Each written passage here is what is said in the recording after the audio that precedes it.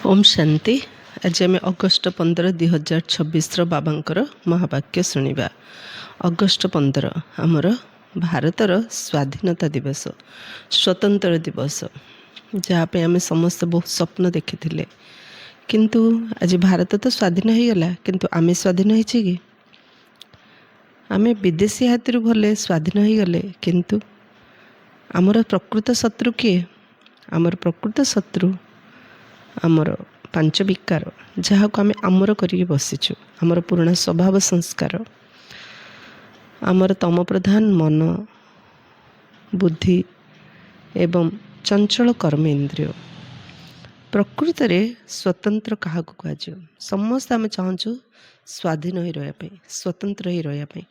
कहार अधीन आम के रहा चाहूना, किंतु प्रकृत में मनीष गोटे सामाजिक प्राणी। मनीष समाज ही रही थाए और समाज रे समस्त सहित रहिबा को हेले किछि नीति नियम मर्यादा भितर रहिबा को पड़ी थाए। एक्चुअली एगुड़ी को बंधन नुह। बंधन को बंधन रे आम निज को मुक्त करिबा, निजे निज ऊपर मालिक होबार अछि। हमर मन, आम मनर गुलाम हो जाइछु। मन जेमती चाहूँ सेमती करछु। मनर गुलाम रु निजको मुक्त करिबा। आत्मा रजा, कर्मेन्द्रियर गुलाम। कर्मेन्द्रियर जेमती चाहूँची सेमती आम आत्मा करुछु।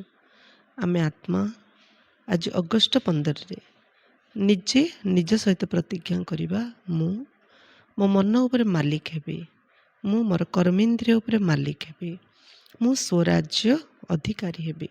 मु जेबे स्वराज्य अधिकारी हेबी, तेबे आम भारत रे राम राज्य आसीजिवो एवं मु सही राम राज्यर मुख्य नायक रूपे अभिनय करिबी। तेणु स्वयं सृष्टिर नायक आसंती आमको महानायक करिबा पई सदा सर्वदा आमको आमर मालिक पणिया मने पकई दउछन जे आमे किए? आमे प्रकृत रे अति सूक्ष्म ज्योतिबिंदु आत्मा। आमे निजको ए वातावरण स्वतंत्र रखिबा, ए शरीरर भावनार कर्मर बंधनर निजको स्वतंत्र रखिबा। तेबे ही आमे प्रकृत रे स्वतंत्र दिवस, स्वाधीनता दिवस रूपे आमे अगस्ट 15 को पालन करि परिबा।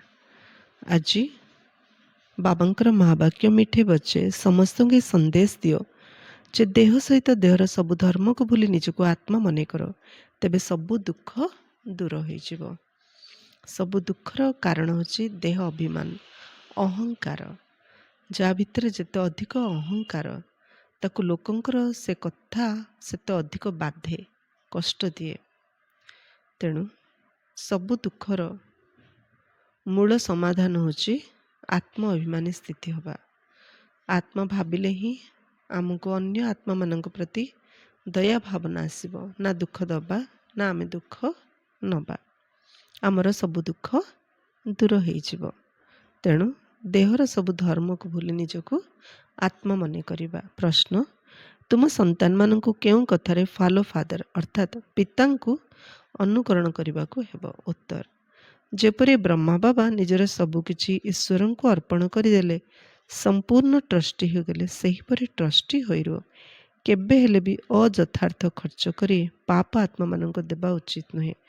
निजर सबु किछि ईश्वरीय सेवारे लगाओ, पूरा ट्रस्टी होइरो बाबांक श्रीमत रे चालू था। बाबा देखुचंती केउ संतान केते श्रीमत रे चालुचे।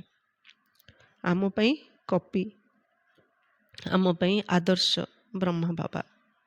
ब्रह्मा बाबा मध्य गृहस्थी थिले, परिवार थिला, बिजनेस थिला। बाबांकर संपर्क मते बहुत थिले, तथापि जेमती शिव बाबा को ब्रह्मा बाबा पाई गले, निजर सबु किछि शिव बाबा सेवारे अर्पण करदेले, निजको संपूर्ण ट्रस्टी करदेले। 5 जन दादी दीदींकर संगठन करी निजर चल अचल सबु संपत्ति को सेमानक नारे लिखिदेले। से दिनठू बाबा टंका को छुई नांते, धन को स्पर्श कर नांते। सेमती आम ट्रस्टी ही रहियार अछि। ବାବାଙ୍କର ଆହୁରି 2ଟା ପୁଅ ଝିଅ ବାହା ହେବାକୁ ଥିଲେ, ତଥାପି ବାବା ଲୌକିକ କାମରେ କେବେ ପଇସା ଆଉ ଖର୍ଚ୍ଚ କଲେନି। ସବୁକିଛି ବାବାଙ୍କର ସେବା ଅର୍ଥେ। କେବେ ହେଲେ ବି ଅଯଥାର୍ଥ ଖର୍ଚ୍ଚ କରି ପାପ ଆତ୍ମାକୁ ଦେବା ଉଚିତ ନୁହଁ। କ'ଣ ଖର୍ଚ୍ଚ କରିବି, କେଉଁଠି କରିବି, କେମିତି କରିବି, କେତିକି କରିବି, ଯଦି ବୁଝା ପଡ଼ୁନି ଶିବ ବାବାଙ୍କୁ ପଚାରିବା। ବାବା ମୁରଲୀରେ ଆମକୁ ସବୁକିଛି ବୁଝାଉଛନ୍ତି, ଚାହେ ମୁରଲୀରେ ବୁଝନ୍ତୁ କିମ୍ବା ଅମୃତ ବେଳାରେ ବାବାଙ୍କୁ ପଚାରନ୍ତୁ, ନଚେତ୍ ରାତିରେ ଶୋଇଲା ବେଳେ ବାବାଙ୍କୁ ଚିଠି ଲେଖି ପଚାରିକି ଶୁଅନ୍ତୁ, ନଚେତ୍ ଯିଏ ବି ନିମିତ୍ତ ଅଛନ୍ତି ତାଙ୍କୁ ପଚାରନ୍ତୁ। କିନ୍ତୁ ଫାଲତୁ ଖର୍ଚ୍ଚ କରନ୍ତୁ ନାହିଁ, କାରଣ ଗୋଟିଏ ଜନ୍ମ ଆମକୁ ମିଳିଛି ସାରା କଳ୍ପ ପାଇଁ ପୁଣ୍ୟର ଖାତା ଜମା କରିବାକୁ। ଯଦି ଆମେ ନିଜର ସୁଯୋଗ ସମୟରେ ଆମେ ନିଜର ଧନକୁ ବ୍ୟର୍ଥରେ ଖର୍ଚ୍ଚ କରିବା, ଜମା କରିବା ନାହିଁ, ପରେ ଆମକୁ ହିଁ ପଶ୍ଚାତାପ କରିବାକୁ ପଡ଼ିବ। ଯେମିତି ଜଣେ ଲୋକ ICUରେ ଥିଲେ, ଆମର ଡକ୍ଟର ସଚିନ ପରବ ଦେଖିଲେ ସେ ଲୋକଟା କାନ୍ଦୁଛି। ତାକୁ ବୟସ 70 ବର୍ଷ ହେବ ତାଙ୍କୁ। ସେ ପଚାରିଲେ, କ'ଣ ପାଇଁ କାନ୍ଦୁଛ? କାରଣ ICUରେ ଅଛନ୍ତି ମାନେ ଜାଣିପାରୁଥିଲେ ଯେ କିଏ କେତେବେଳେ ମରିବ, ତ ତାର ମରିବାର ସମୟ ଆସିଲାଣି, ମୃତ୍ୟୁ ସମୟ ପାଖେଇ ଆସିଲାଣି। ତେଣୁ ଡକ୍ଟର ସଚିନ ପଚାରିଲେ, ତୁମେ କାହିଁକି କାନ୍ଦୁଛ? ସେ କହିଲେ, ମୁଁ ଜୀବନରେ ଯାହା କରିବାକୁ ଥିଲା କଲିନି, ଯାହା ନ କରିବାକୁ ଥିଲା ତାହା କରିଲି, ତେଣୁକରି ମୁଁ କାନ୍ଦୁଛି। କ'ଣ ନ କରିବା କଥା କଲ? ନା କାହାକୁ ଅସମ୍ମାନ କଲି, କାହାକୁ ରାଗିଲି, କାହା ଉପରେ ଅସନ୍ତୁଷ୍ଟ ହେଲି, କାହାକୁ ଅଶ୍ଳୀଳ କଥା କହିଦେଲି। ଆଉ କରିବା କାମ ଥିଲା କ'ଣ କଲନି? ନା ମୋ ପାଖରେ ପାୱାର ଥିଲା, ପୋଜିସନ୍ ଥିଲା, ମନି ଥିଲା, ମୁଁ ବହୁତ ଲୋକଙ୍କୁ ସାହାଯ୍ୟ କରିପାରିଥାନ୍ତି, କିନ୍ତୁ ମୁଁ କରିପାରିଲିନି।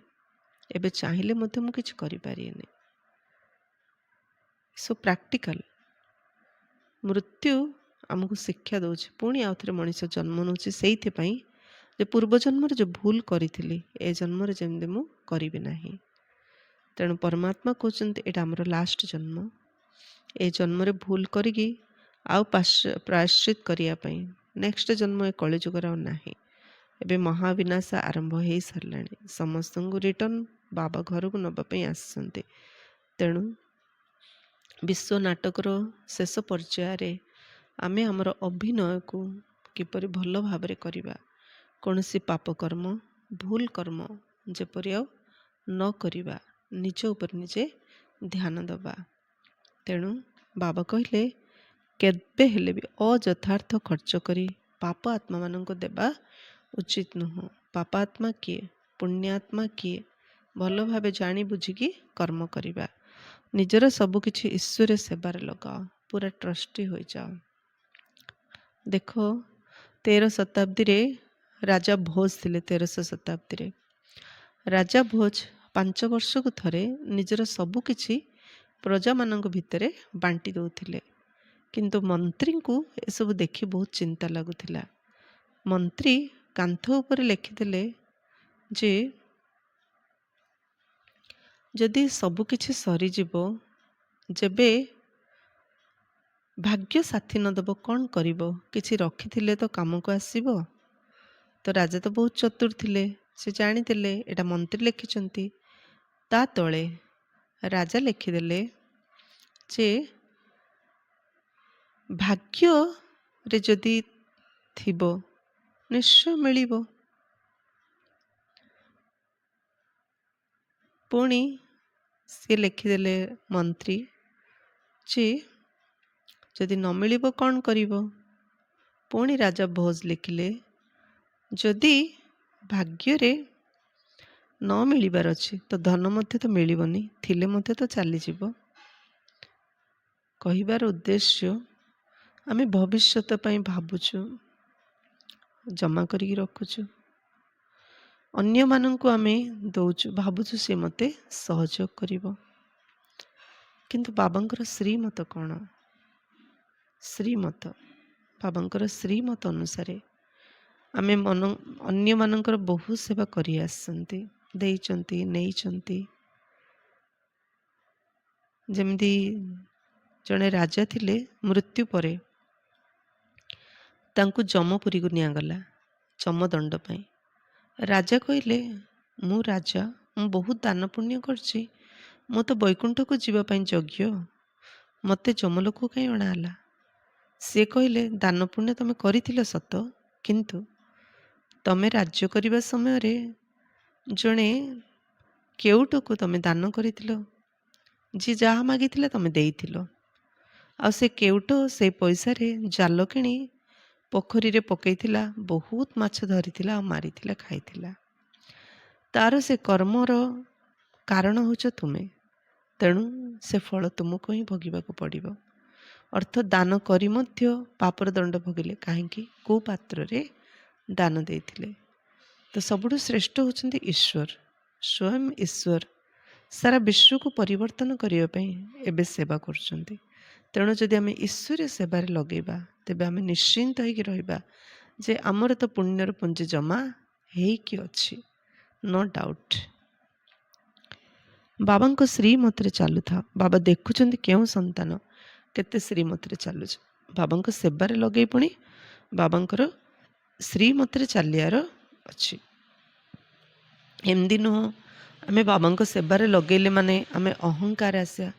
ନିଜେ ସ୍ୱୟଂ ଭଗବାନ ଯେବେ ନିରହଙ୍କାରୀ ଆମର ସେବା କରୁଛନ୍ତି, ଆମର ଅହଙ୍କାର ବା କେଉଁ କାମକୁ? କାହିଁକି? ଈଶ୍ୱରୀୟ କାର୍ଯ୍ୟ, ଆମେ ସମସ୍ତେ ଈଶ୍ୱରଙ୍କର। ଆମେ ଅହଙ୍କାର କଲେ ପରମାତ୍ମା ଆଉ କାହାକୁ ତାଙ୍କ ସେବାରେ ଉପଯୋଗ କରିଦେବେ।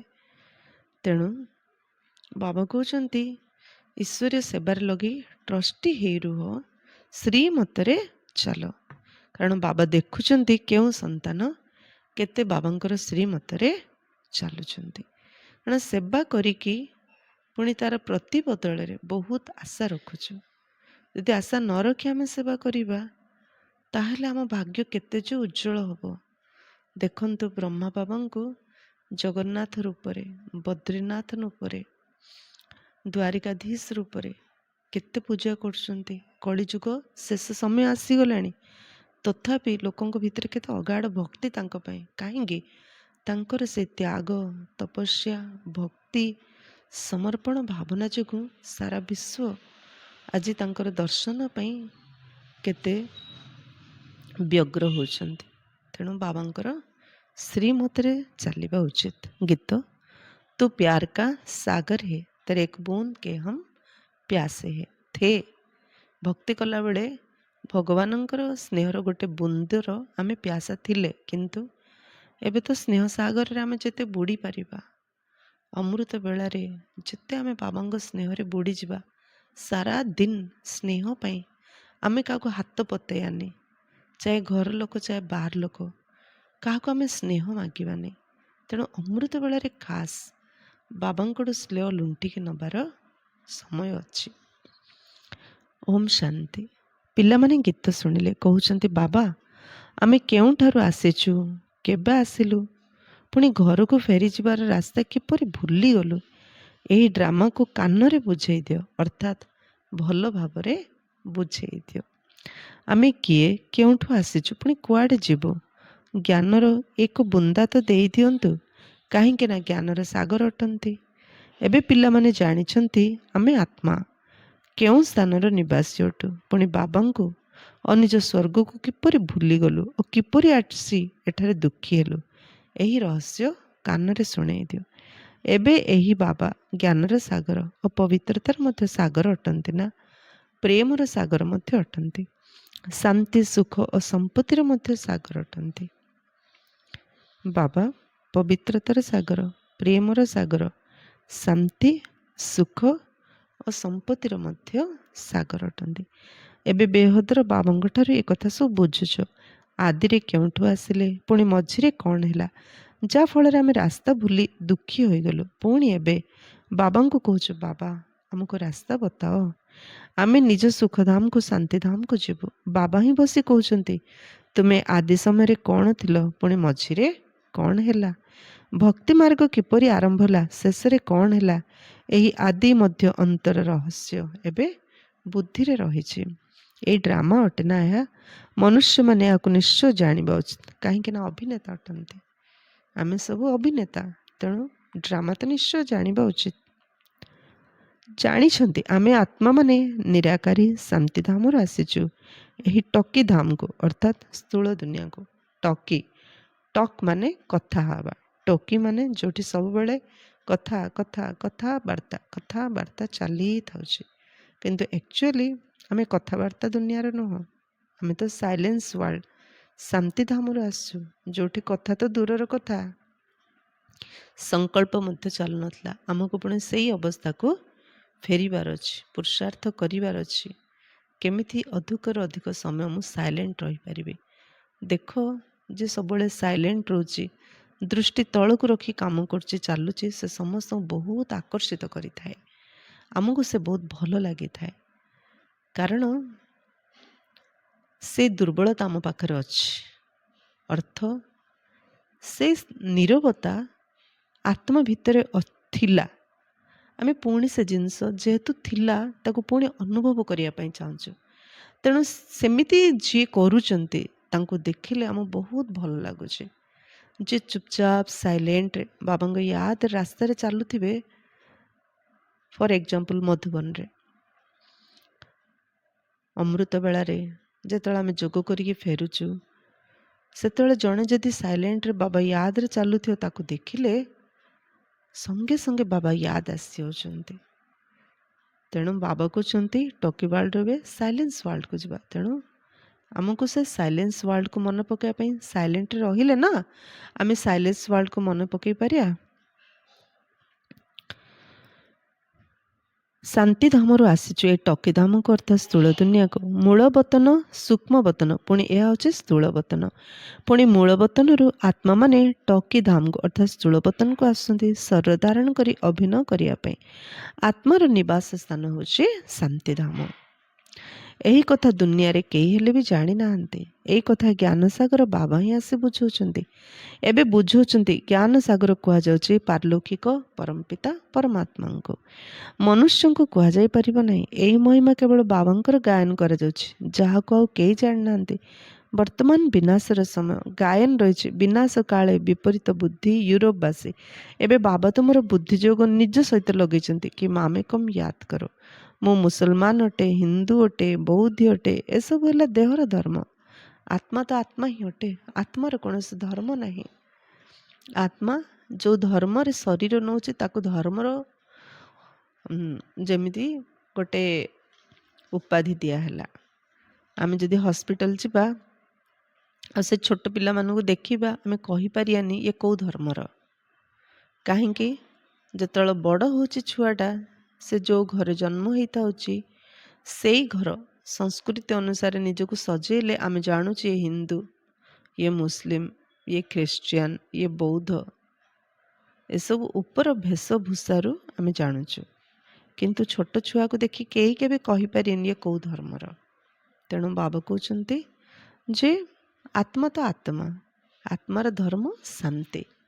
ବାକି ହିନ୍ଦୁ, ମୁସଲିମ, ଶିଖ, ଇସାଇ ଏସବୁ ଆତ୍ମାର ଧର୍ମ ହିଁ ନୁହଁ। ବାବା ବୁଝାଉଛନ୍ତି, ଦେହର ସବୁ ଧର୍ମ ଛାଡ଼ି ନିଜକୁ ଆତ୍ମା ଭାବି ମୋତେ ମନେ ପକାଇଲେ ପତିତରୁ ପାବନ ହୋଇଯିବ।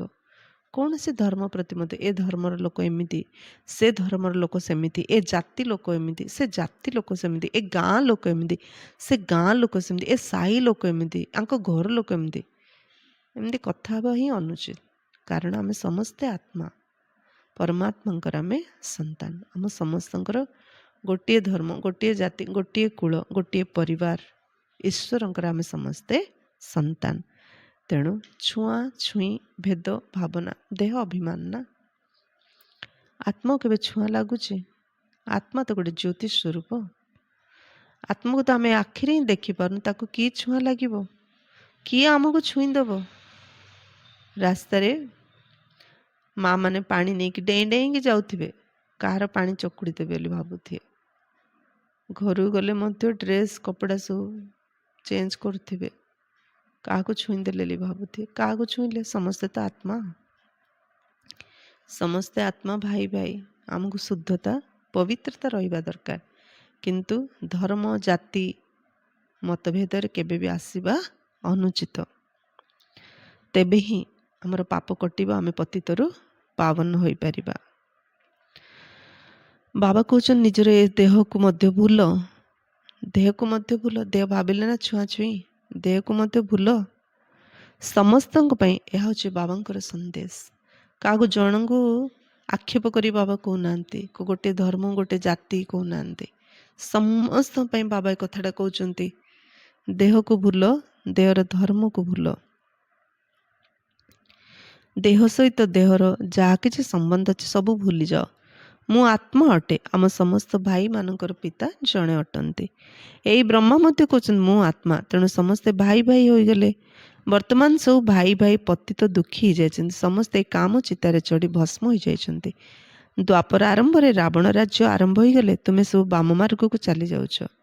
ସେତେବେଳେ ପୁଣି ଅନ୍ୟ ଧର୍ମ ଆରମ୍ଭ ହେଉଛି। ଅଧା ସମୟ ତୁମେ ପବିତ୍ର ରହୁଛ, ପୁଣି ଅଧା ସମୟ ତୁମେ ପତିତ ହେଉଛ। 21 ଜନ୍ମ ଭାରତରେ ହିଁ ଗାୟନ କରାଯାଏ। କୁମାରୀ ସିଏ ଯେ 21 କୁଳର ଉଦ୍ଧାର କରିଥାଏ, ସେଥିପାଇଁ କୁମାରୀମାନଙ୍କର ସମ୍ମାନ ରହିଥାଏ। କୁମାରୀମାନେ 21 କୁଳର ଉଦ୍ଧାର କରନ୍ତି, ତେଣୁ କୁମାରୀମାନଙ୍କର ସମ୍ମାନ ରହିଥାଏ। ତୁମେ ଭାରତର କ'ଣ ସାରା ଦୁନିଆର ଉଦ୍ଧାର କରୁଛ। ତୁମେ ଜାଣିଛ ଆମେ ସବୁ ଆତ୍ମାମାନେ ଶ୍ରୀ ବାବାଙ୍କର ସନ୍ତାନ ଅଟୁ, ତେଣୁ କୁମାର ହିଁ ହେଲ। ପ୍ରଜାପିତା ବ୍ରହ୍ମାଙ୍କର ସନ୍ତାନ ହେଲେ ଭାଇ ଭଉଣୀ ହୋଇଥାଉ। ଏଇ ଜ୍ଞାନ ତୁମ ପାଖରେ ଅଛି। ଆମେ ସବୁ ଆତ୍ମାମାନେ ଭାଇ ଭାଇ ଅଟୁ। ସମସ୍ତେ ବାବାଙ୍କୁ ଡାକୁଛୁ, ହେ ପତିତ ପାବନ ଆସ, ଏହି ରାବଣ ରାଜ୍ୟରୁ ଦୁଃଖରୁ ଆମକୁ ମୁକ୍ତ କର। ପୁଣି ଆମର ପଥ ପ୍ରଦର୍ଶକ ହୋଇ ଆମକୁ ଘରକୁ ଫେରାଇ ନେଇ ଚାଲ। ଆମର ଦୁଃଖ ହରଣ କର ଏବଂ ସୁଖ ଦିଅ। ଏବେ ତୁମେ ଜାଣୁଛ ବାସ୍ତବରେ ବାବା ଆସିଛନ୍ତି ଆମକୁ ଏହି କଳିଯୁଗୀ ରାବଣ ରାଜ୍ୟରୁ ମୁକୁଳେଇ ସାଥିରେ ନେଇଯିବେ। ବାବା ଜାଣିଛନ୍ତି ସବୁ ଆତ୍ମା ପତିତ ଅଟନ୍ତି, ସେଥିପାଇଁ ଶରୀର ମଧ୍ୟ ପତିତ ହୋଇଯାଇଛି। ଆତ୍ମାକୁ ହିଁ ପାବନ କରାଇ ନିର୍ବାଣ ଧାମ ନେଇଯିବେ। ଅତୀତ ଥିଲା, ବର୍ତ୍ତମାନ ହୋଇଛି, ପୁଣି ଭବିଷ୍ୟତ ହେବ। ଆଦି ମଧ୍ୟ ଅନ୍ତ, ପୁଣି ଆଦି। ସତ୍ୟଯୁଗ ଆଦି, କଳିଯୁଗ ଅନ୍ତ, ପୁଣି ଭବିଷ୍ୟତରେ ସତ୍ୟଯୁଗ ହେବ। ଏହା ତ ସହଜ ଅଟେ ନା। ଆଚ୍ଛା, ମଝିରେ କ'ଣ ହେଲା? ଆମେ କିପରି ପତିତ ହେଲୁ?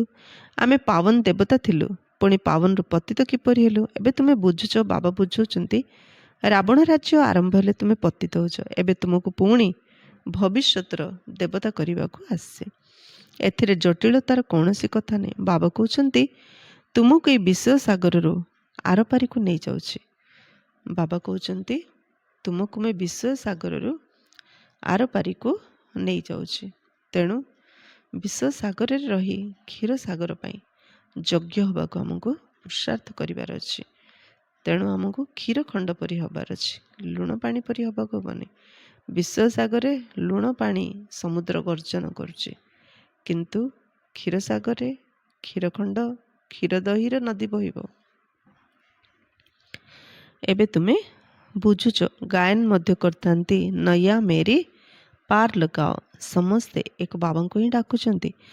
ଆମର ବୁଡ଼ି ଯାଇଥିବା ଡଙ୍ଗାକୁ କ୍ଷୀରସାଗରକୁ ନେଇ ଚାଲ। ତାଙ୍କୁ ନାଉରିଆ ବଗିଚାର ମାଲିକ ମଧ୍ୟ କୁହାଯାଇଥାଏ। ଏବେ କଣ୍ଟାର ଜଙ୍ଗଲରେ ପଡ଼ିଛୁ, ଆମେ ପୁଣି ଫୁଲର ବଗିଚାକୁ ଆମକୁ ନେଇ ଚାଲ। ଦେବତାମାନେ ଫୁଲ ଅଟନ୍ତି ନା, ବର୍ତ୍ତମାନ ସମସ୍ତେ ହେଉଛନ୍ତି କଣ୍ଟା, ପରସ୍ପରକୁ ଦୁଃଖ ହିଁ ଦେଇ ଚାଲିଛନ୍ତି। ଦେବତା କେବେ କାହାକୁ ଦୁଃଖ ଦେଇନଥାନ୍ତି, ସେଠାରେ ତ ସୁଖ ହିଁ ସୁଖ ରହିବ। ସେମାନେ ତ କେବଳ ଗାୟନ କରୁଛନ୍ତି, ତୁମେ ଏଠାରେ ବାସ୍ତବରେ ଶୁଣୁଛ। ଭକ୍ତିରେ ସେମାନେ ଗାୟନ କରୁଛନ୍ତି, କିନ୍ତୁ ବାବା ଆମକୁ ବାସ୍ତବରେ ଏବେ ଶୁଣାଉଛନ୍ତି। କହୁଛନ୍ତି ନା, ବାବା ଆମେ କେବେଠାରୁ ଭୁଲିଲୁ? ଏଇ ସୃଷ୍ଟିଚକ୍ରକୁ ଆମେ କିପରି ଭୁଲିଗଲୁ? ସତ୍ୟଯୁଗ ତ୍ରେତାରେ ଏହା ଜାଣିନଥିଲୁ, କାହିଁକିନା ସେଠାରେ ଆମେ ସୁଖୀ ଥିଲୁ, ପୁଣି ଦୁଃଖୀ କେବେ ହେଲୁ? ଯେବେ ରାବଣ ରାଜ୍ୟ ଆରମ୍ଭ ହେଲା, ଭାରତବାସୀ ରାବଣକୁ ଜଳାଇ ଚାଲିଛନ୍ତି ଯେ ପର୍ଯ୍ୟନ୍ତ ତାର ବିନାଶ ନ ହୋଇଛି। ପୁଣି ସତ୍ୟଯୁଗରେ ପ୍ରତିବର୍ଷ ଜଳେଇବେ ନାହିଁ, ଏହା ହେଉଛି ଭକ୍ତି ମାର୍ଗ। ଏବେ ରାବଣ ରାଜ୍ୟ ବିନାଶ ହେବ। ଭକ୍ତି ମାର୍ଗରେ ରାବଣକୁ ପ୍ରତ୍ୟେକ ବର୍ଷ ଜଳେଇଥାନ୍ତି, କିନ୍ତୁ ସେ ମରେନି। ଏବେ ତୁମ ସମ୍ମୁଖରେ ରାବଣ ଯେପରି ମରିଯାଇଛି, ତୁମେ ଜାଣିଛ ରାବଣ ରାଜ୍ୟ ଏବେ ଶେଷ ହେବ। 5 ଭୂତର ମୁଣ୍ଡ କଟାଯାଉଛି। ପ୍ରଥମେ କାମ ରୂପକ ଭୂତର ମୁଣ୍ଡକୁ କାଟୁଛ। ଏଠି ମୁଖ୍ୟ ଧାରଣା ହେଉଛି ପବିତ୍ରତା। ଯେ ପବିତ୍ର ରହିଲା, ସାରା ଦୁନିଆ ତା ଆଗରେ ଯାଇକି ମୁଣ୍ଡିଆ ମାରୁଛି। ତେଣୁ ନିଜର ପବିତ୍ରତା ସହିତ କେବେ ମଧ୍ୟ ଆମେ ଖେଳିବା ଉଚିତ ନୁହଁ। ପବିତ୍ରତା ହିଁ ମନୁଷ୍ୟକୁ ମହାନ କରିଦେଇଥାଏ। ପବିତ୍ରତା ହିଁ ପ୍ରକୃତରେ ଶ୍ରେଷ୍ଠ ଚରିତ୍ର ଅଟେ। କାମ ବିକାର ହିଁ ମହାଶତ୍ରୁ ଅଟେ। ବାବା କହୁଛନ୍ତି ଏ 5 ଭୂତ ଉପରେ ବିଜୟ ପ୍ରାପ୍ତ କଲେ ହିଁ ତୁମେ ବିଶ୍ୱ ଉପରେ ବିଜୟ ପ୍ରାପ୍ତ କରିପାରିବ। ମନୁଷ୍ୟ ନିଜେ କହୁଛନ୍ତି ଆମେ ପତିତ ଅଟୁ, ସେଥିପାଇଁ ଡାକୁଛନ୍ତି ପତିତଙ୍କୁ ପାବନ କରିବାକୁ ଆସ। ଆତ୍ମା ଡାକୁଛି ହେ ପତିତ ପାବନ, ହେ ବାବା ନାଉରିଆ ଦୟାଶୀଳ ବାବା ଆସ। ବାବା କହୁଛନ୍ତି ମୁଁ କଳ୍ପ କଳ୍ପ ଧରି ଆସୁଛି। କିପରି ଆସୁଛି ଏକଥା କେହି ଜାଣିନାହାନ୍ତି। ଗୀତାରେ ମଧ୍ୟ ଅଛି ଭଗବାନ ଆସି ରାଜକୁ ଶିଖାଇଥିଲେ, କିନ୍ତୁ ଭଗବାନ କିଏ, କେବେ ଆସିଥିଲେ ଏ କଥା କେହି ଜାଣିନାହାନ୍ତି।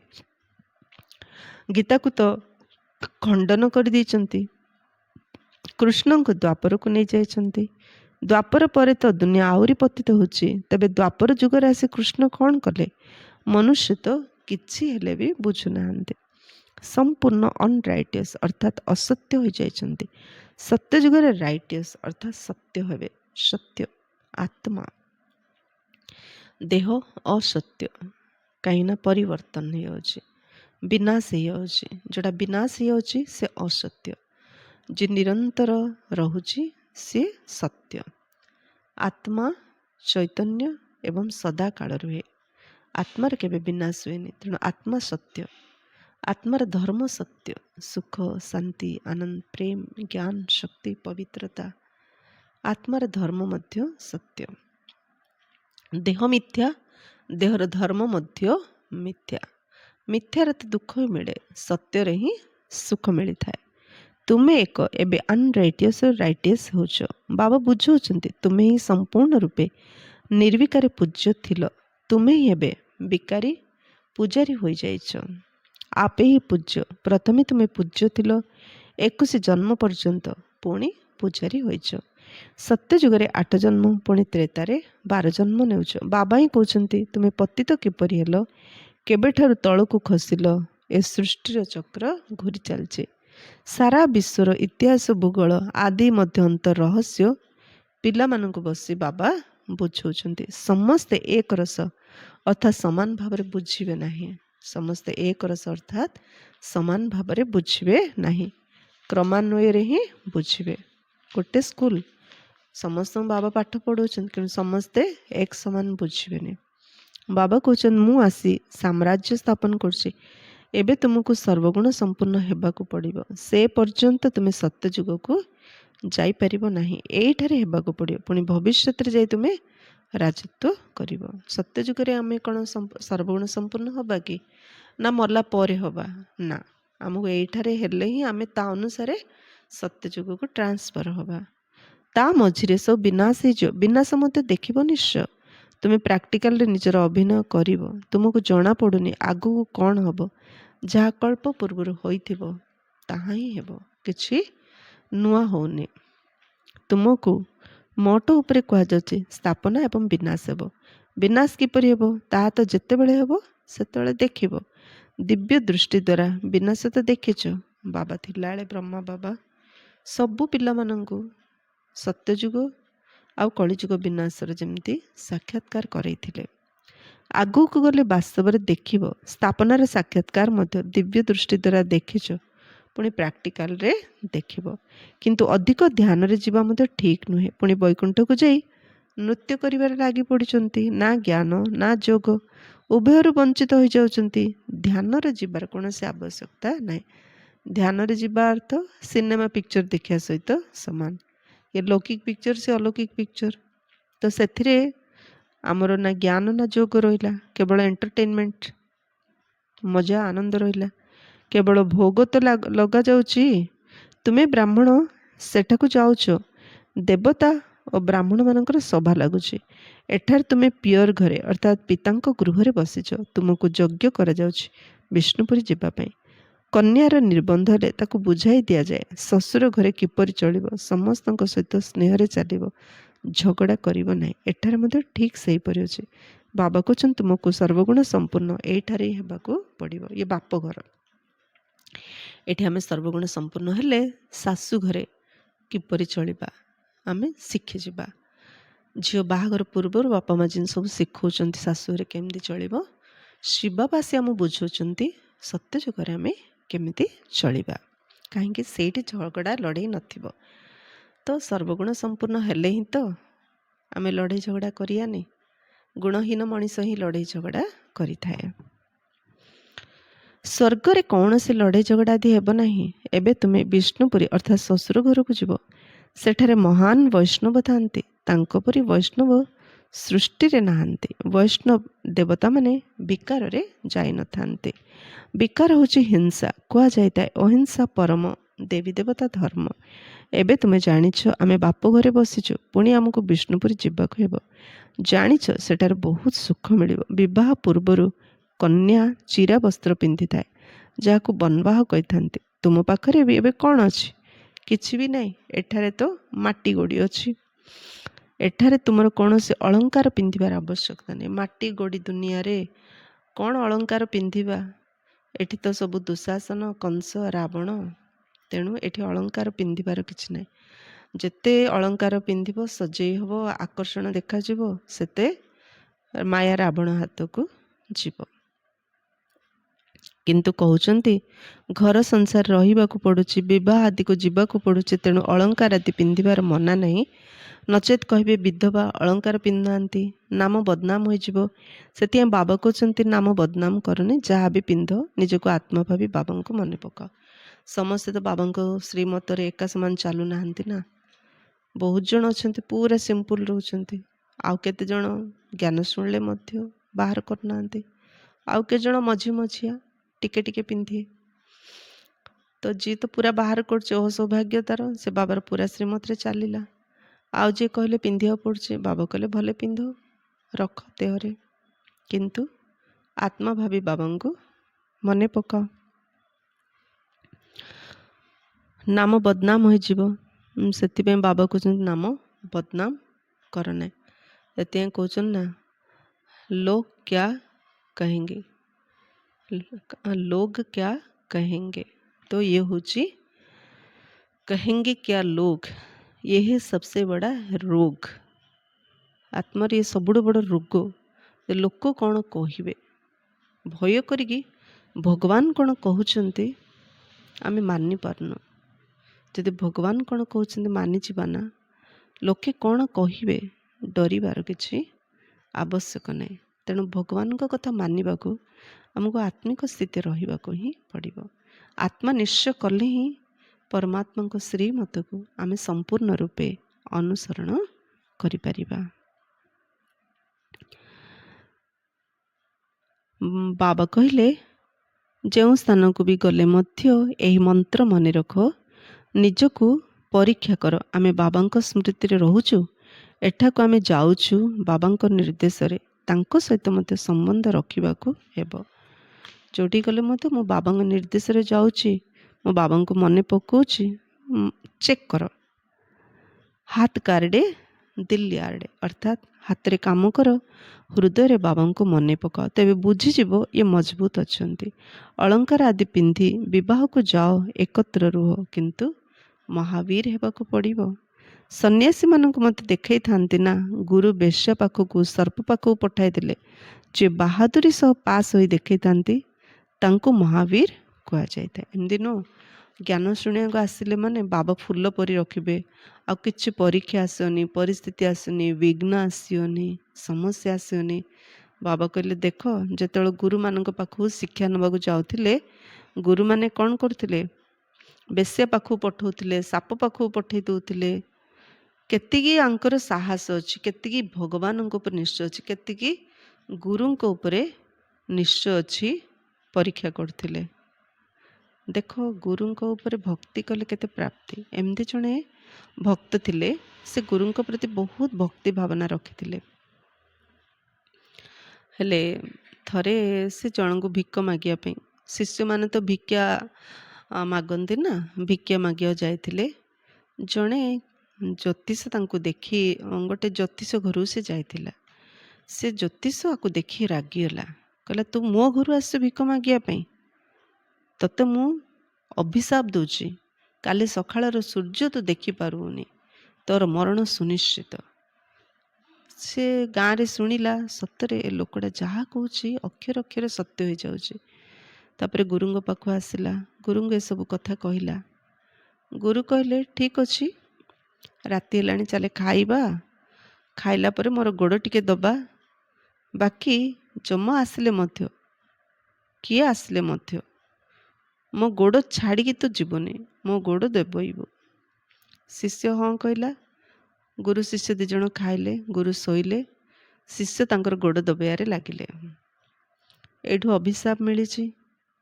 ତ ପ୍ରଥମେ ସିଏ ଗୋଟେ ସୁନ୍ଦର ଧନୀ ନାରୀକୁ ପଠେଇଲେ, ସେ ଜ୍ୟୋତିଷ ତାନ୍ତ୍ରିକ ଲକ୍ଷ୍ମୀ ରୂପରେ ପଠେଇଲେ। ଲକ୍ଷ୍ମୀ ବାହାରେ ଛିଡ଼ା ହେଇକି ଡାକୁଛନ୍ତି, ମୁଁ ତୋ ପାଇଁ ବହୁତ ସମ୍ପତ୍ତି ନେଇକି ଆସି 12ଟା ରାତିରେ, ଆସେ ନବୁ। ଶିଷ୍ୟ ଦେଖିଲା ଲକ୍ଷ୍ମୀ ଆସିଛନ୍ତି, ତଥାପି ସେ କହିଲା ମୁଁ ଗୁରୁଙ୍କର ଗୋଡ଼ ଦବଉଛି, ତ ମୁଁ ଯାହା ଦେବାର ଅଛି ମୋ ପାଖକୁ ଆସି ଦେଇକି ଚାଲିଯାଅ। ତ ସେ ଦେଖିଲେ ତ ଆସୁନି, ସେ ପଳେଇଲେ। ତାପରେ ସେ ତାନ୍ତ୍ରିକ ଗୋଟେ ବୁଢ଼ୀ ତାର ମା ରୂପରେ ଜଣକୁ ପଠେଇଲା, ପୁଅ ପୁଅ ବୋଲି ଡାକିଲା। ଇଏ ଦେଖିଲା ତାର ମା, ବାପରେ ମୁଁ ତୋତେ କଳେଇବାକୁ ଆସିଛି। କହିଲେ ହଉ, ତୁ ମୋ ପାଖକୁ ଆସି ମୋତେ କଳା, ମୁଁ ତ ପାଖକୁ ଯିବିନି। ଏମିତି ସେ ଜଣ ଜଣ ରାତି ସାରା ପଠେଇଛି। ଏମିତି ହିଁ ସକାଳ ହେଇଗଲା, ମାତ୍ର ସେ ତାର ଗୋଡ଼ ଗୁରୁଙ୍କର ଛାଡ଼ିଲାନି। ସକାଳର ସୂର୍ଯ୍ୟ ଉଦୟ ଦେଖିଲା। ଗୁରୁ ପଚାରିଲେ କାହିଁ ତମର ଆଜି ରାତି ଶେଷ ରାତି ଥିଲା ପରା, ଯିବାର ଥିଲା। ତ ସେତେବେଳେ ସେ ବୁଝିଗଲା ଗୁରୁଙ୍କ ଆଦେଶ ଯିଏ ମାନିବ, ଯମ ମଧ୍ୟ ତାର କିଛି ହେଲେ କରିପାରିବନି, କାହାର ଅଭିଶାପ କିଛି ହେଲେ କରିପାରିବନି। ତେଣୁ ବାବା କ'ଣ କହିଲେ, ଗୁରୁମାନେ କ'ଣ କରୁଥିଲେ, ବେଶ୍ୟା ପାଖକୁ, ସର୍ପ ପାଖକୁ ପଠେଇ ଦେଉଥିଲେ। ଯିଏ ବାହାଦୁର ସହ ପାସ୍ ହୋଇ ଦେଖାଇଥାନ୍ତି ତାଙ୍କୁ ମହାବୀର କୁହାଯାଇଥାଏ। ବାବାଙ୍କ ସ୍ମୃତି ରହିଲେ କୌଣସି କର୍ମେନ୍ଦ୍ରିୟ ଦ୍ୱାରା ଚଞ୍ଚଳତା ହେବନି। ବାବାଙ୍କୁ ଭୁଲିଲେ କର୍ମେନ୍ଦ୍ରିୟ ଚଞ୍ଚଳ ହେବ। ଧୋକା ଖାଉଛୁ କାହିଁକି, ବାବାଙ୍କୁ ଭୁଲିଗଲେ ହିଁ ଧୋକା ଖାଉଛୁ। ବିଶ୍ୱର ତୁମେ ମାଲିକ ହେଉଛ, ଏହା କ'ଣ ଛୋଟ କଥା? ସନ୍ନ୍ୟାସୀ ଏକଥାକୁ ଆଦୌ ଜାଣିନାହାନ୍ତି। ଶାସ୍ତ୍ରରେ ଯଦିଓ କିଛି ରହିଛି କିନ୍ତୁ ଖଣ୍ଡନ କରିଦେଇଛନ୍ତି। ଭଗବାନ ଉବାଚ, ମୁଁ ତୁମକୁ ରାଜଯୋଗ ଶିଖଉଛି। ଯେତେ ପର୍ଯ୍ୟନ୍ତ ବଞ୍ଚିଥିବା, ଜ୍ଞାନ ଅମୃତ ପାନ କରି ଚାଲିଥିବା, ଶୁଣି ଚାଲିଥିବା, ରାଜଧାନୀ ସ୍ଥାପନ ହୋଇଯିବ। ପିଲାମାନଙ୍କୁ ଘଡ଼ି ଘଡ଼ି ଶିକ୍ଷା ଦିଆଯାଉଛି, କେବଳ ବାବାଙ୍କୁ ମନେ ପକାଅ, ଦୈବୀ ଲକ୍ଷଣ ଧାରଣ କର, କୌଣସି ବି ବିକର୍ମ ନ ହଉ। ଏହା ଅସୁରମାନଙ୍କର କାମ ଅଟେ। ତୁମେ ବି ଦେବତା ହେଉଛ, ତେଣୁ ଦୈବୀ ଗୁଣ ଧାରଣ କରିବାକୁ ହେବ। ବିକର୍ମ ଅସୁରମାନଙ୍କର କାମ, ଆମେ ଦେବତା, ଆମର କର୍ମ ହେଲା ଦିବ୍ୟ କର୍ମ। ସବୁଠାରୁ ବଡ଼ ହେଉଛି କାମ ବିକାରର କଣ୍ଟା। ପୂର୍ବରୁ ଅଭ୍ୟାସ ପଡ଼ିଯାଇଥିବାରୁ ଘଡ଼ି ଘଡ଼ି ତଳକୁ ଖସି ପଡ଼ୁଛନ୍ତି। ମାୟା ଚାପୁଡ଼ା ମାରି ବେହୋସ କରିଦେଉଛି। ସେଥିପାଇଁ ଗାୟନ କରାଯାଇଛି, ଆଶ୍ଚର୍ଯ୍ୟ ଭାବେ ଶୁଣୁଛନ୍ତି, କହୁଛନ୍ତି, ପୁଣି ଚାଲି ଯାଉଛନ୍ତି। ଏବେ ତୁମେ କେବଳ ବାବାଙ୍କର ହୋଇଛ, କହୁଛ ମଧ୍ୟ ଏସବୁ ଈଶ୍ୱରଙ୍କର ଦାନ। ତେଣୁ ତୁମେ ଟ୍ରଷ୍ଟି ହୋଇଯାଉଛ। ଏସବୁ ତାଙ୍କର, ଆମକୁ ତାଙ୍କ ଶ୍ରୀମତରେ ଚାଲିବାକୁ ହେବ। ବାବା ମୋତେ ଦେଖୁଛନ୍ତି, ମୋତେ ସବୁକିଛି ଅର୍ପଣ କରି ପୁଣି ଶ୍ରୀମତରେ କିପରି ଚାଲୁଛନ୍ତି। ବାବା ଦେଖୁଛନ୍ତି ମୋତେ ସବୁ ଅର୍ପଣ କରି କେଉଁମାନେ ମୋର ଶ୍ରୀମତରେ କେଉଁ ପ୍ରକାର ଚାଲୁଛନ୍ତି। କୌଣସି ଅଯଥା ଖର୍ଚ୍ଚ କରି ପାପ ଆତ୍ମାମାନଙ୍କୁ ଦେଉନାହାନ୍ତି ତ? ଆରମ୍ଭରୁ ଏହି ବ୍ରହ୍ମା ମଧ୍ୟ ଟ୍ରଷ୍ଟି ହୋଇ ଉଦାହରଣ ସ୍ୱରୂପ ଦେଖାଇଲେ ନା। ସବୁକିଛି ଈଶ୍ୱର ଅର୍ପଣ କରି ନିଜେ ଟ୍ରଷ୍ଟି ହୋଇଗଲେ, ଆଉ କାହାକୁ କିଛି ଦେଲେ ନାହିଁ। ଈଶ୍ୱରଙ୍କ ଅର୍ଥ କଲେ, ତେଣୁ ଈଶ୍ୱରଙ୍କ କାମରେ ହିଁ ଲାଗିବା ଉଚିତ। ଈଶ୍ୱରଙ୍କ ଅର୍ଥରେ ଦେଲେ ନା, ତେଣୁ ସେ ଧନ ଈଶ୍ୱରଙ୍କ କାମରେ ହିଁ ଲାଗିବା ଉଚିତ। ଏମିତି ନୁହଁ ଆମ ପାଖରେ ତ ଧନ ଅଛି, ଆମେ ଯେମିତି ଇଚ୍ଛା ସେମିତି ବ୍ୟବହାର କରିବା ନା। ଶରୀର ନିର୍ବାହ ମଧ୍ୟ ତ ହେଉଥିଲା ନା, ଯାହା କିଛି ଥିଲା ସବୁ ସେବାରେ ଲଗେଇଦେଲେ। ତାଙ୍କୁ ଦେଖି ଅନ୍ୟମାନେ ମଧ୍ୟ ଏହିପରି କଲେ। ଭଟ୍ଟି ହୋଇଗଲା। ଭଟ୍ଟି ନ ହୋଇଥିଲେ ସେବା ନିମନ୍ତେ ସନ୍ତାନମାନେ ହୁସିଆର ଅର୍ଥାତ୍ ଯୋଗ୍ୟ କିପରି ହୋଇଥାନ୍ତେ? ସେବାର ଆରମ୍ଭ ସମୟ ଥିଲା। ତେଣୁ ପ୍ରଥମେ 14 ବର୍ଷ କେବଳ ଗୋଟିଏ ଘରେ ରହି ତପସ୍ୟା କଲେ। ସେ ତପସ୍ୟାର ଫଳ ସ୍ୱରୂପ ଆଜି ସାରା ବିଶ୍ୱରେ ବାବାଙ୍କର ସେବା ବିସ୍ତାର ହେଇ ଚାଲିଛି। ତ ଏଇ ପ୍ରକାର ସେବା ପାଇଁ ବାବା ସେଇ ପ୍ରକାର ଭଟ୍ଟି କରେଇଥିଲେ। ପାକିସ୍ତାନରେ ଶିଖିଲେ, ପୁଣି ଏଠାକୁ ଆସି ଶିଖିଲେ। ଯେବେ ବୁଝାଇବା ଯୋଗ୍ୟ ହେଲେ ସେତେବେଳେ ବାହାରକୁ ବାହାରିଲେ। ଏବେ ତ ଦେଖ କେତେ ପ୍ରଦର୍ଶନୀ ଆଦି କରି ଚାଲିଛନ୍ତି, ବିଖ୍ୟାତ ଲୋକମାନଙ୍କୁ ନିମନ୍ତ୍ରଣ ଦେଉଛନ୍ତି। ଏ ଜ୍ଞାନ ଯଜ୍ଞରେ ଅନେକ ପ୍ରକାର ବିଘ୍ନ ମଧ୍ୟ ପଡ଼ିବ। ବିଘ୍ନକୁ ଡରିବା ଅନୁଚିତ। ଅବଳାମାନଙ୍କ ଉପରେ କେତେ ଅତ୍ୟାଚାର ହେଉଛି। ଜ୍ଞାନ ଯଜ୍ଞ ଚାଲିଛି, ବିଘ୍ନ ନିଶ୍ଚୟ ପଡ଼ିବ। ହେଲେ ଯିଏ ବିଘ୍ନ ପକାଉଛି ତାର ଯେତିକି ପାୱାର ଅଛି ଆମ ଭିତରେ ମଧ୍ୟ ସେତିକି ପାୱାର ଅଛି। ଆହୁରି ପ୍ଲସ୍ ପଏଣ୍ଟ କ'ଣ, ଆମ ସହିତ ସ୍ୱୟଂ ଡାଇରେକ୍ଟ ସର୍ବଶକ୍ତିମାନ ଭଗବାନ ଅଛନ୍ତି। ତେଣୁ ଆମକୁ କୌଣସି କଥାରେ ଡରିବାର ନାହିଁ। ବାବା କହୁଛନ୍ତି ଯୋଗ ବଳରେ ରହି ତାଙ୍କୁ ବୁଝାଅ, ଭଗବାନ ପିତାଙ୍କର ସନ୍ତାନ ହୋଇ ପୁଣି ତାଙ୍କୁ ଭୁଲି ଯାଉଛ, ମାୟା ରହିଯାଉଛ। ଏହା ମଧ୍ୟ ହାର ଜିତର କୁସ୍ତି ଅଟେ, କିନ୍ତୁ ବକ୍ସିଂ ସଦୃଶ। ମାୟା ଘୁଷା ଅର୍ଥାତ୍ ମୁଥ ମାରିଲେ ବେହୋସ ହୋଇଯାଉଛନ୍ତି। ବାବା କହୁଛନ୍ତି ମାୟା ଠାରୁ କେବେ ହାରନି। ଦେହ ଅଭିମାନରେ ଥିଲେ ହିଁ ମାୟା ଘୁଷା ମାରିଲେ ହାରିଯିବା। ଆତ୍ମଅଭିମାନ ଥିଲେ କେବେ ମଧ୍ୟ ଆମେ ମାୟା ପାଖରେ ହାରିବା ନାହିଁ। ପବିତ୍ର ରହିଲେ ବିଶ୍ୱର ମାଲିକ ହେବ। କେତେ ବଡ଼ ଆମଦାନୀ। ଯଦି ପୁରା ପୁରୁଷାର୍ଥ ନ କରିବ ତେବେ ଯାଇ ସେଠାରେ ଦାସଦାସୀ ହେବ। ସାରା ରାଜଧାନୀ ଏଠାରେ ହିଁ ସ୍ଥାପନ ହେଉଛି। ଏ ଦୁନିଆରେ ଆମେ ଏ ଜନ୍ମରେ କର୍ମ କଲେ ଆର ଜନ୍ମର ଫଳ ପାଇବା, କିନ୍ତୁ ସତ୍ୟଯୁଗ ତ୍ରେତା ଯୁଗର ପଦବୀ ପାଇଁ ଆମକୁ ଏଇ ଗୋଟିଏ ଜନ୍ମରେ ହିଁ ପୁରୁଷାର୍ଥ କରିବାର ଅଛି। ତେଣୁ ବାବା କ'ଣ କହିଲେ, ଯଦି ପୁରା ପୁରୁଷାର୍ଥ ନ କରିବ ତେବେ ଯାଇ ସେଠାରେ ଦାସଦାସୀ ହେବ। କାହିଁକିନା ସାରା ରାଜଧାନୀ ଏଇଠାରେ ହିଁ ସ୍ଥାପନା ହେଉଛି।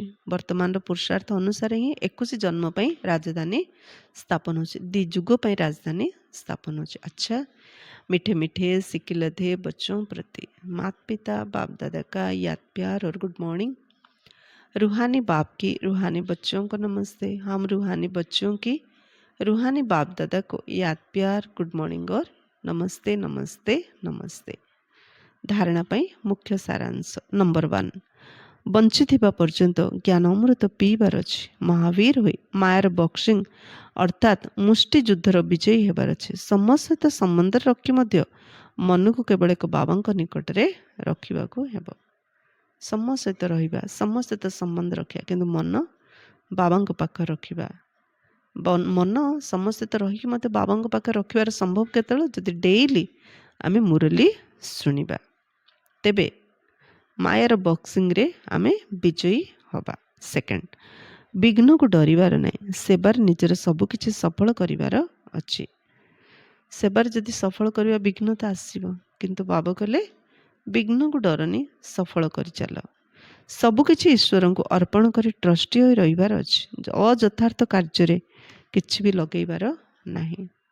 बाबा को अर्पण करदेले ट्रस्टी हो जावा। अयथार्थ काम आमर किछि भी जेमती खर्च न हो। वरदान, निजर संपूर्ण स्वरूपर आवाहन द्वारा आवागमन अर्थात जीवा आसबार चक्र मुक्त रहुथिबा भाग्यवान तारका हो। एबे निजर संपूर्ण स्थितिर बा संपूर्ण स्वरूपर आवाहन कर, जद्वारा से स्वरूप ही सर्वदा स्मृति रे रहिबो। ताद्वारा केबे केबे ଯେଉଁ ଭଳି ଉଚ୍ଚ ସ୍ଥିତିରୁ ନିଚ୍ଚ ସ୍ଥିତିକୁ ଯିବା ଆସିବା କରିବାର ଚକ୍ର ଚାଲୁଛି, ବାରମ୍ବାର ସ୍ମୃତି ଏବଂ ବିସ୍ମୃତିର ଚକ୍ରରେ ଆସିଯାଉଛ, ସେଥିରୁ ମୁକ୍ତ ହୋଇଯିବ। ଦୁନିଆର ଲୋକମାନେ ଜନ୍ମ ମରଣ ଚକ୍ରରୁ ମୁକ୍ତ ହେବା ପାଇଁ ଚାହୁଁଛନ୍ତି, କିନ୍ତୁ ତୁମେମାନେ ବ୍ୟର୍ଥ କଥା ଗୁଡ଼ିକରୁ ମୁକ୍ତ ହୋଇ ଚମକୁଥିବା ଭାଗ୍ୟବାନ ତାରକା ହୋଇଯିବ। ଭକ୍ତି କରୁଛନ୍ତି ମୁକ୍ତି ପାଇଁ, ଭାବୁଛନ୍ତି ଆମେ ବ୍ରହ୍ମରେ ଯାଇକି लीन हो। आम के जन्म नबुनि, किंतु बाबा स्पष्ट करदेले आत्मा माने एक्टर, एक्टर माने एक्टिंग। आम तो दुनिया को आसवाटा ग्यारंटी, अभिनय करिया मध्य ग्यारंटी। तो एक्टिंग रो आम के मुक्त हो पारे, किंतु से माने एक्टिंग रो मुक्त होगा पुरुषार्थ करछन, किंतु आम बेड एक्टिंग करिया, बेड एक्टिंग करिबारु मुक्त होगा पे आम पुरुषार्थ करछन। आम व्यर्थ एक्टिंग जेमिति न करिबा। आमर निजर संपूर्ण स्थिति, संपूर्ण स्वरूप को आह्वान करवा। संपूर्ण स्थिति निराकार स्थिति, परम धामर संपूर्ण स्वरूप, सत्यजुगर देव स्वरूप, निजर स्मृति निजर स्वरूप को आम आह्वान करवा एवं निज स्वरूप निज स्थिति रे स्थित हो जावा। तेबे चमकुथिबा भाग्यवान तारका हो जावा। स्लोगान, कौनसी भी विघ्नर बसीभूत हेबा अर्थात आत्मारूपी हीरा रे दाग लगेइबा। आम हेले आत्मा हीरा, संपूर्णतार ପ୍ରତୀକ ହେଉଛି ବେଦାଗ ହୀରା।